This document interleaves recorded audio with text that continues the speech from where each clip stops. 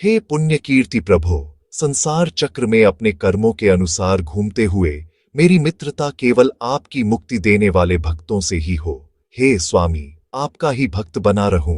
मेरा चित्त आपकी माया के कारण स्त्री पुत्र घर आदि में जो आसक्त हो रहा है, ऐसा न हो। वह आपको छोड़कर कहीं और आसक्ति न करे। एक बार देवराज इंद्र ने आचार्य बृहस्पति का देवसभा में आगमन होने पर यथोचित सत्कार नहीं किया। इससे बृहस्पति जी रुष्ट होकर योग बल से ऐसे स्थान पर चले गए कि खोजने पर भी देवताओं को नहीं मिले।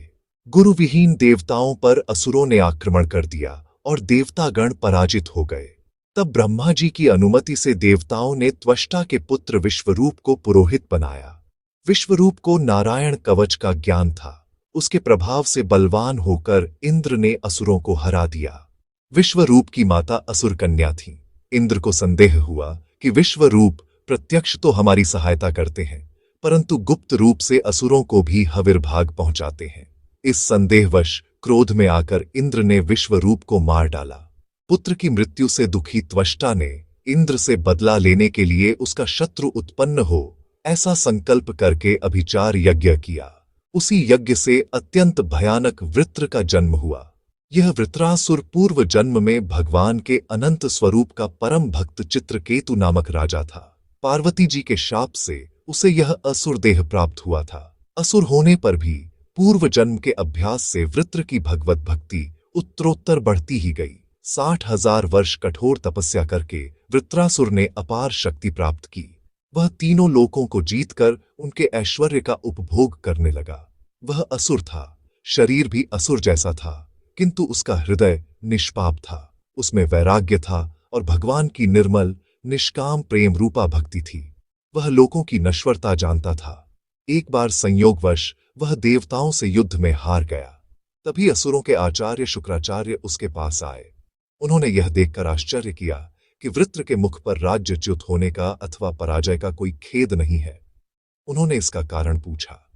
उस महान असुर ने कहा, भगवन, सत्य और तप के प्रभाव से मैं जीवों की जन्म मृत्यु तथा सुख दुख के रहस्य को जान गया हूं। इसी से किसी अवस्था में मुझे हर्ष या शोक नहीं होता।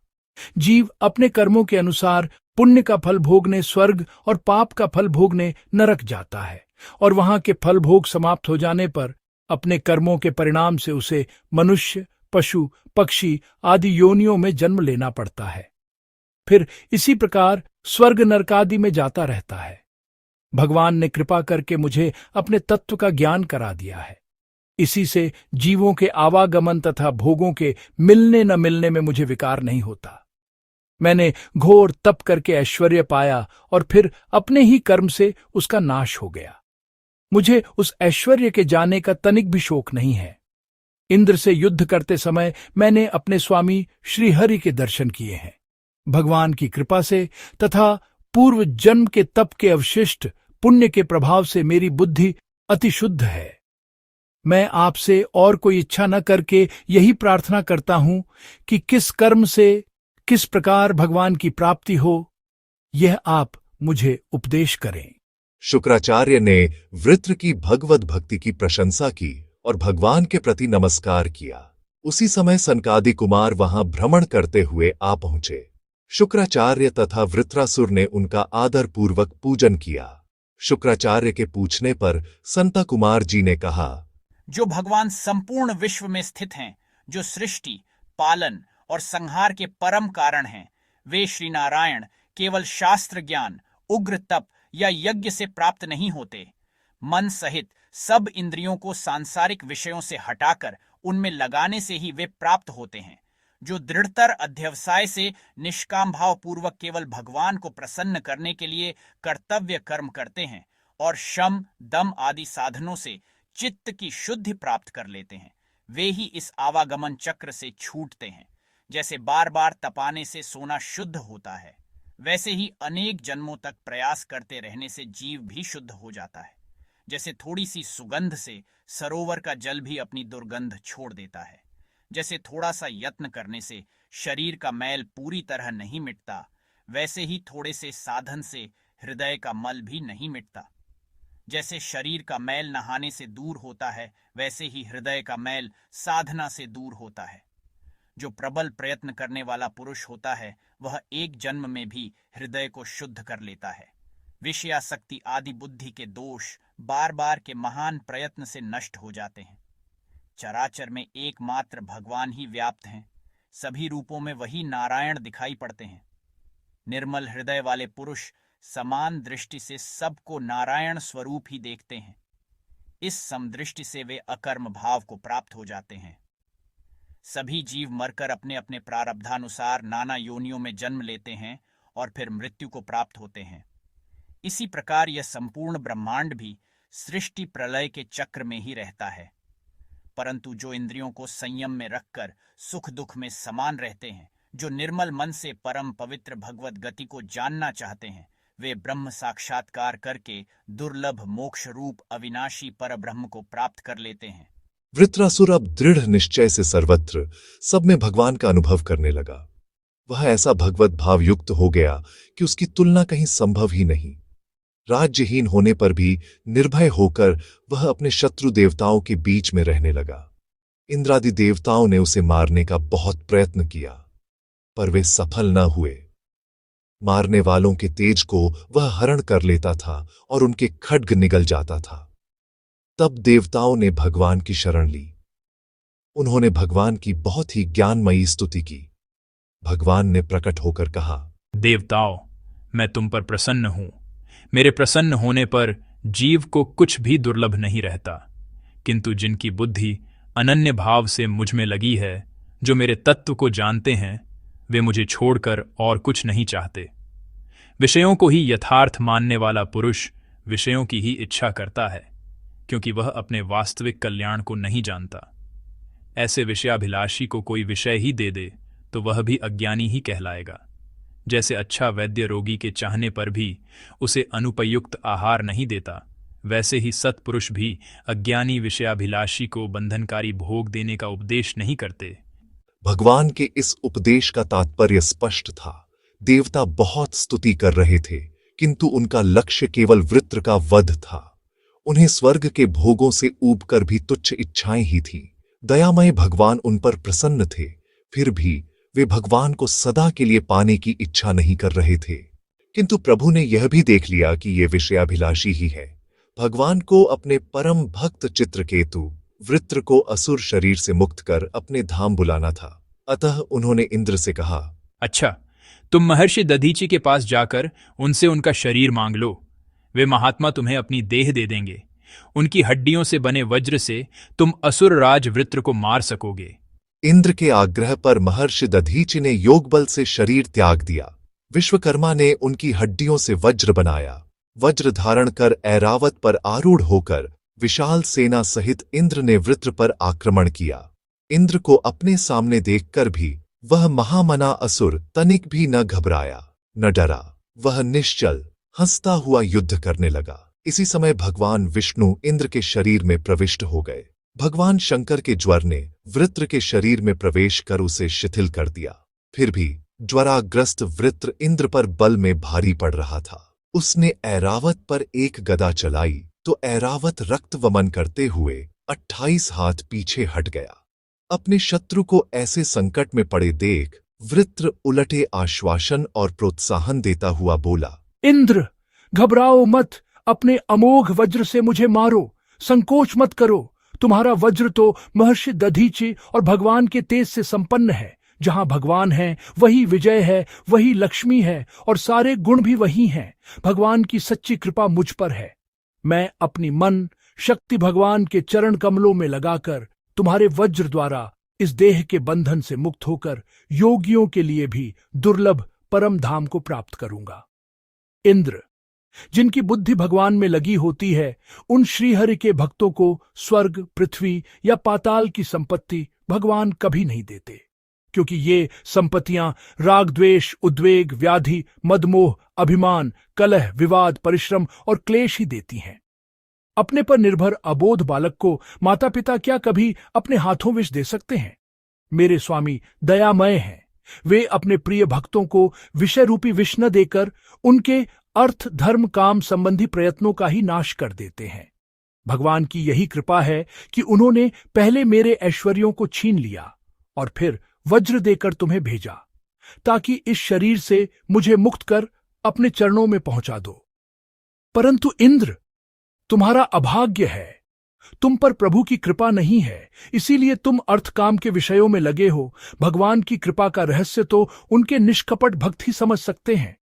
हे प्रभु, मैं मरकर भी आपके ही चरणों की शरण में रहूं, आपका ही दास बनूं। मेरा मन सदैव आपके गुणों का स्मरण करे, मेरी वाणी आपके ही गुणों का कीर्तन करे, मेरा शरीर आपकी सेवा करता रहे। हे समर्थ स्वामी, मुझे स्वर्ग का यश, सहस्रों लोकों पर अधिकार, पाताल का भोग, योग सिद्धियां और मोक्ष भी नहीं चाहिए। मैं तो यही चाहता हूं कि जिस प्रकार अभी पंख न निकले हुए पक्षी अपनी माता के चुगा लाने तक उत्सुक प्रतीक्षा करते रहते हैं, जैसे रस्सी से बंधे हुए छोटे बछड़े अपनी मां के स्तनपान के लिए व्याकुल रहते हैं, जैसे पतिव्रता स्त्री परदेश गए अपने पति के दर्शन पाने को उत्कंठित रहती है, उसी प्रकार हे कमल नयन, आपके दर्शन के लिए मेरे प्राण व्याकुल रहे। संसार चक्र में अपने कर्मों से जहां जहां जाऊं, वहां आपके भक्तों से ही मेरी मित्रता हो, और आपकी माया के कारण जो यह देह गेह स्त्री पुत्र आदि में आसक्ति है, वह मेरे चित्त को स्पर्श भी न करे। प्रार्थना करते करते वृत्र ध्यानावस्थित हो गया। कुछ देर बाद सावधान होकर उसने इंद्र पर प्रहार किया। इंद्र ने बलपूर्वक वृत्र की दाहिनी भुजा काट दी। वृत्र ने परिघ उठाकर इंद्र की ठोड़ी पर प्रहार किया, जिससे वज्र उसके हाथ से गिर पड़ा और इंद्र लज्जित हो गए। इंद्र को लज्जित देखकर वृत्रासुर ने हंसकर कहा, इंद्र, यह खेद करने का समय नहीं है। वज्र गिर गया तो क्या हुआ, उसे उठाओ और सावधानी से हम पर प्रहार करो। सब जीव सर्वसमर्थ भगवान की इच्छा से ही चलते हैं, वही जय पराजय के हेतु हैं। ओज साहस प्राण अमृत और मृत्यु सब में वही कालस्वरूप भगवान स्थित हैं। मोहवश ही लोग जड़ शरीर को कर्ता मानते हैं। कठपुतली की भांति सभी जीव भगवान के हाथ के उपकरण हैं। उनके अनुग्रह के बिना कुछ भी नहीं होता। अतः सुख दुख यश अपयश के लिए कोई क्यों हर्ष या खेद करे। ये सब प्रकृति के गुणों का ही कार्य है, आत्मा इनसे परे है। इंद्र ने वृत्रासुर की प्रशंसा करते हुए कहा, दानवेंद्र, तुम तो सिद्धावस्था को प्राप्त हो चुके हो। तुम रजोगुण में रहते हुए भी अपनी बुद्धि को सत्य स्वरूप भगवान वासुदेव में स्थिर किए हो। ऐश्वर्य और भोगों से तुम्हारी अनासक्ति उचित ही है। जो भगवान की प्रेम रसधारा में निरंतर विहार करता है, उसे संसार के भोग खारे छोटे गड्ढों के जल के समान तुच्छ लगते हैं।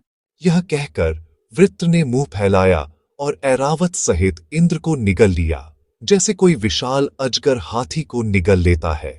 परंतु इंद्र नारायण कवच के प्रभाव से सुरक्षित रहे। उन्होंने उसी वज्र से वृत्र के शरीर को चीरकर उसका वध किया। वृत्र देह से एक दिव्य ज्योति निकली और वह भगवान में ही लीन हो गई। आइए अब श्रवण करें हमारी आराध्य भक्त मीराबाई का एक मधुर भजन, जिसमें विरह की वेदना है, प्रभु मिलन की तड़प है और प्रेम की उस उत्कट भावना का अनुभव है जो जीव को भगवान की ओर खींच ले जाती है।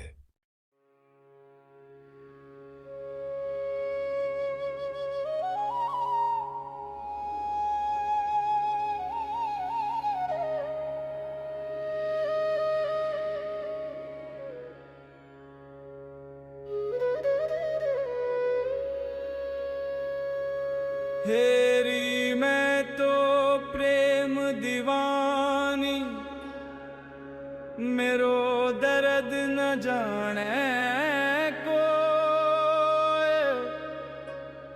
घायल की गति घायल जाने, जो कोई घायल हो।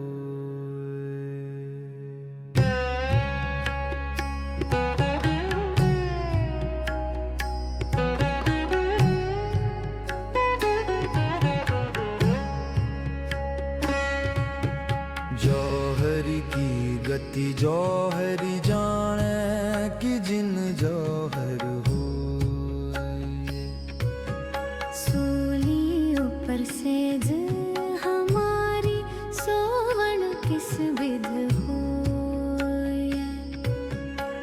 गगन मंडल पर सेज पिया की किस विध मिलना हो।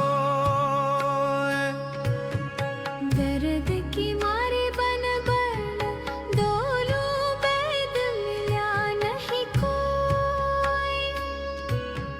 मीरा की प्रभु पीर मिटेगी जद बैद सांवरिया हो। हेरी मैं तो प्रेम दीवानी मेरो दर्द न जाने कोई। घायल की गति घायल जाने जो कोई घायल होए। जौहर की गति जौहर जाने की जिन जौहर होए। सूली ऊपर सेज हमारी सोवन किस विध होए।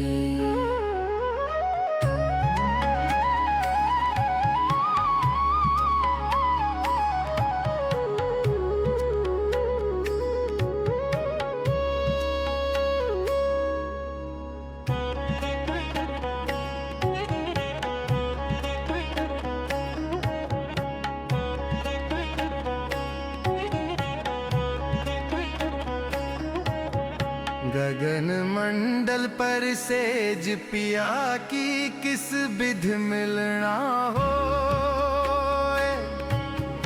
दर्द की मारी बन बन डोलो बैद मिला नहीं कोई। मीरा की प्रभु पीर मिटेगी जद बैद सांवरिया हो। हेरी मैं तो प्रेम दीवानी मेरो दर्द न जाने कोई। घायल की गति घायल जाने जो कोई घायल होए। जौहर की गति जौहर जाने की जिन जौहर होए। सूली ऊपर सेज हमारी सोवन किस विध होए।